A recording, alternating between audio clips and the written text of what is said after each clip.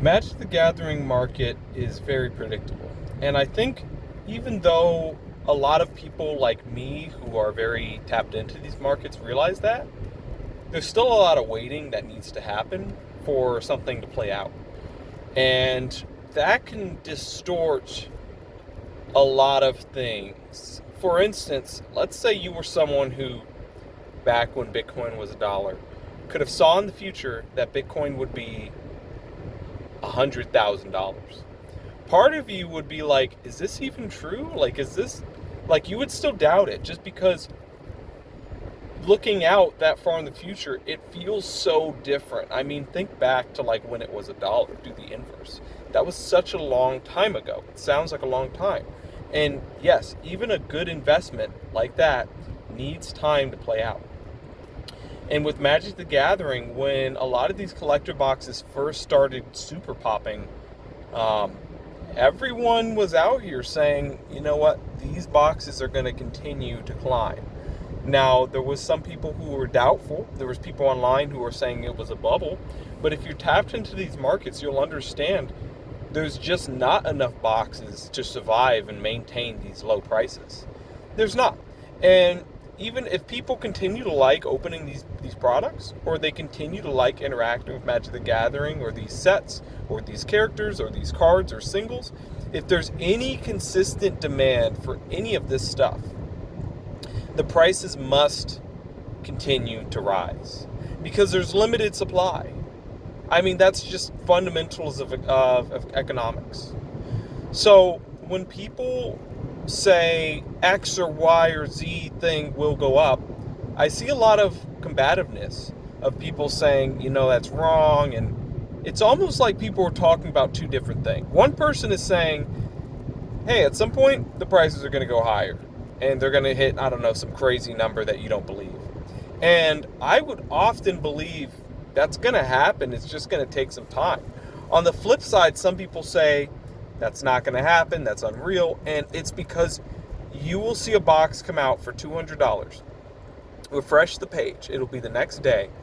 And the price will be $199. And you think, look, I know where this is going. The price is going down. And it feels that way. Because day in and day out, even holding some of these crazy high-flying boxes, it feels like the price really isn't moving. But here's something that you have to consider, especially if you haven't done this before. Go to some favorite set you have. Just do it once. Do a little bit of research. Market research is what I'm going to say. Go on TCG Player. Look up one of your favorite set boxes and scroll down through the listings and count how many boxes will it take for the price to jump to, I don't know, usually I say 15% is what you have to take off for, like market fees and shipping. So let's multiply it by, add 15% on that box. What price is that box going to have to hit for you to be break even on selling? How many boxes are even left in the market under that price? Go to your favorite set. And often you're going to find there's not that many boxes. And what usually keeps this price consistent is every day one person will add a box and one person will buy a box. And that can happen for days and days where, someone's like, I want to sell 3 boxes. And then a couple days later, someone's like, give me all 3. That back and forth. That's what keeps a lot of these prices consistent or, lower than you would expect for the supply. So a lot of the plays I have, I'm sitting on these boxes that, you look at the sell through and it's pretty slow, but every time you refresh the page, there's really nothing getting added. Day in and day out, there's not that many of these boxes. And I would guess over time, there's going to be less and less of people coming to the market saying, hey, let me sell my box. And eventually people are going to accept that the price of each box is what the price it says on the website. It's not going any lower. And when that happens, then people say, you know what? It's been a couple months. I don't see people adding too many boxes to sell. I'm going to assume that this is the price it's going to hold at. Let me buy out all these boxes. Even though they're $1,000, let me buy out all of them. and the price is going to jump once again. And that cycle is going to take some time for people to accept the new price of 1,500. And then another person's going to come over and say 1,500 for each box. And there's also something working in the background that I've noticed. Let's say there's a box on TCG Player for $1,000. And if you buy that one, the next one is going to be 1,500. So even though the price has quote unquote jumped, it hasn't truly jumped. And most people know that. They know that it only really truly jumps if it's selling at 1,500. So let's take the perspective of a buyer. Let's say you're coming into the market after it's jumped from 1,000 to 1,500. And you're saying, I still want to buy one of these. What's the first thing you're going to do? You're going to look for deals. You're going to start scouring the internet. You're going to check eBay. You're going to check different pages. And you're going to say, is there a way to get this for cheaper than 1,500? And often there is. Usually when it spikes on TCG Player, that happens first. And then you kind of have to like do some digging and do some looking around on stuff like eBay.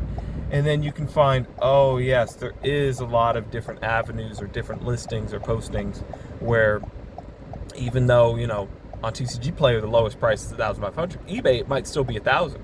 So buyers start going to other sources and buying those out. But that can only last so long because they have to have that many boxes still in supply. And once everyone has kind of slithered and found all of the different boxes of the different price points, that's when the price, once again, will start to be contested on TCG Player, once the market price for everything else. I know it's kind of like a long, I didn't want it to be too wordy or too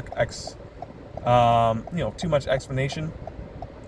But that's kind of how this stuff types, these boxes, how the price moves, is that you have to end up waiting. And just that concept of, you know, spending a lot of time waiting for these prices, it can feel pretty weird. And it can make it feel almost like, hey, nothing's happening with these boxes. Or what do you mean this is a good investment? Do you know how many weeks I've sat on this box and the price hasn't moved? And yeah, it's going to feel like that.